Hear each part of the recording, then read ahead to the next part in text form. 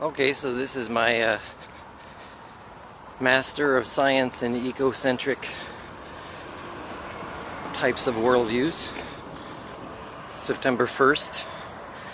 I'm in Canada still, so I'm going to make this a little bit more about Canada, although I'm not saying it's the worst and this is only happening here, but I have a lot of topics I could be talking about. I could be talking about fake news, you know, like CBC News Network, which is one of the limited channels I have access to. It really reminds me of Fox News.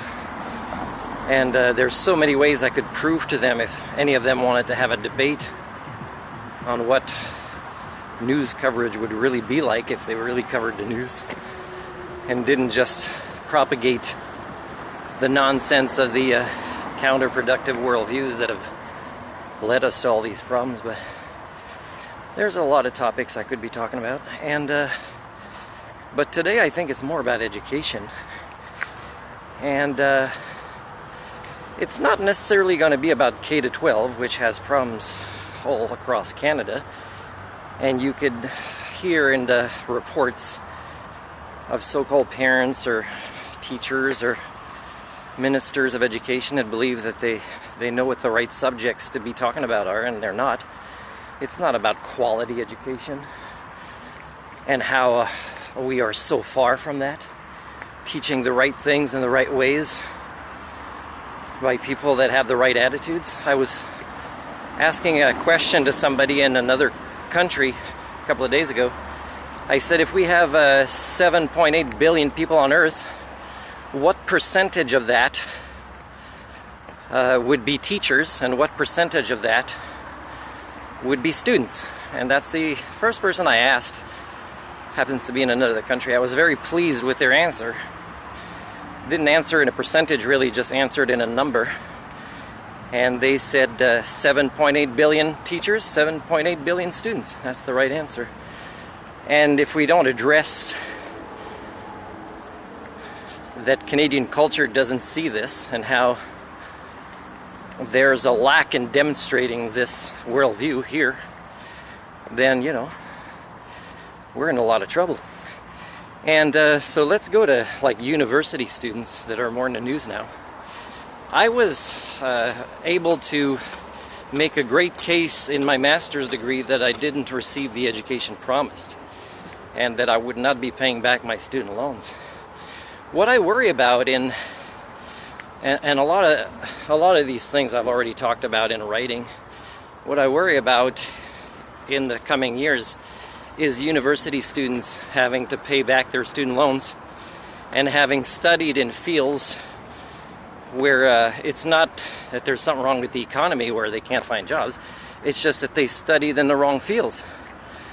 And there were experts that existed to say, hey, this is not what we should be teaching. We shouldn't be teaching another business program, because you can't study that and know how to grow your own food or learn more about the cybernetics of our planet and how, you know, for example, the albedo effect of the ice melting. You're not going to learn that in business. You're just going to be part of the problem that's caused these things in business.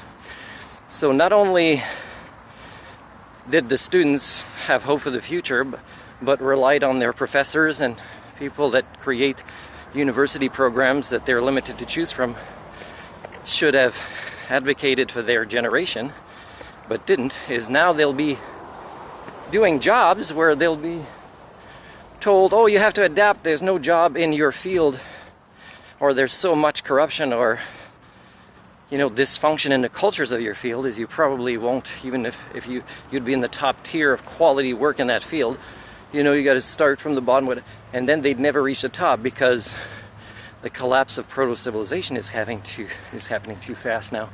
Everything's accelerating, so it's not nice that they'd be expected to pay back student loans when they're not even going to work in their field.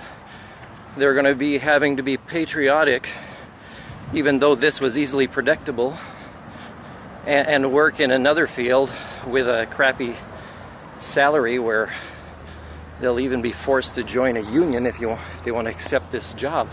And unions are more part of the problem, because they're supposed to advocate for employees or students, than the employers or the schools are. And I've tested this. I've studied the culture of unions from the inside, and I've seen how they make things worse more than the other side does.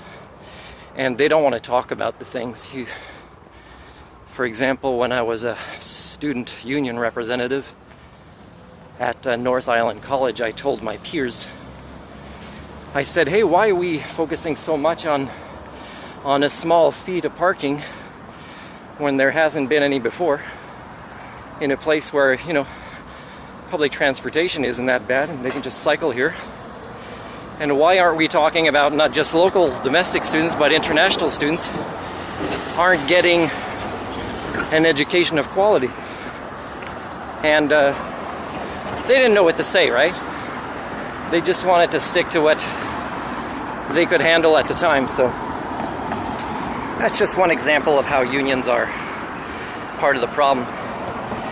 In the class that I was recommended my employers to take as part of a program, is I have proof where students thought most of the time, and some of them still, when they were told, no, I'm not the teacher, they thought I was the teacher. And the teacher was thanking me for participating, for being part of the course, because I was bringing up interesting conversations that they needed to hear in this ECE program. And the teacher also told me, I'm getting pressure from my bosses to not give as much homework and to dumb down the assignments and make it easy for people to get good grades, because I'm getting complaints from students.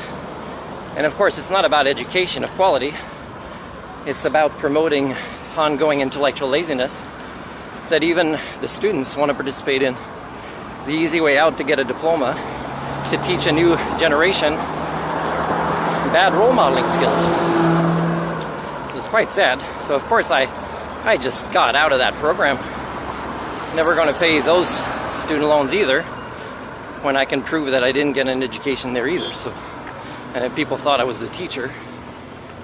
And even teachers were complaining, saying, oh, I've been doing this course for 20 years and now I'm receiving pressure from students and my bosses to dumb it down. Something as important as working with 3 to 5-year-olds, which should take a 6-year university degree, as much as being a high school teacher of, you know, of false history, for example. And yet I don't think we're going there with cultural repair, or anybody wants to talk about it. So what I'm saying is that it's not fair for university students if they are put in a situation where they can't work in their field. They're not even allowed in their field to do cultural repair work, because that would shake up their culture and stress out the other people in their culture who can't handle helping the next generation by shaking the status quo a tiny, tiny bit. They just want to get their paycheck or their diplomas as easily as possible and move on to being consumers in an era where creature comforts are on an all-time high, and when all projected ecological, environmental, and social forecasts are that there will be horrible outcomes for these upcoming generations. It's pretty cruel. So I don't think students should be paying back their student loans because of that.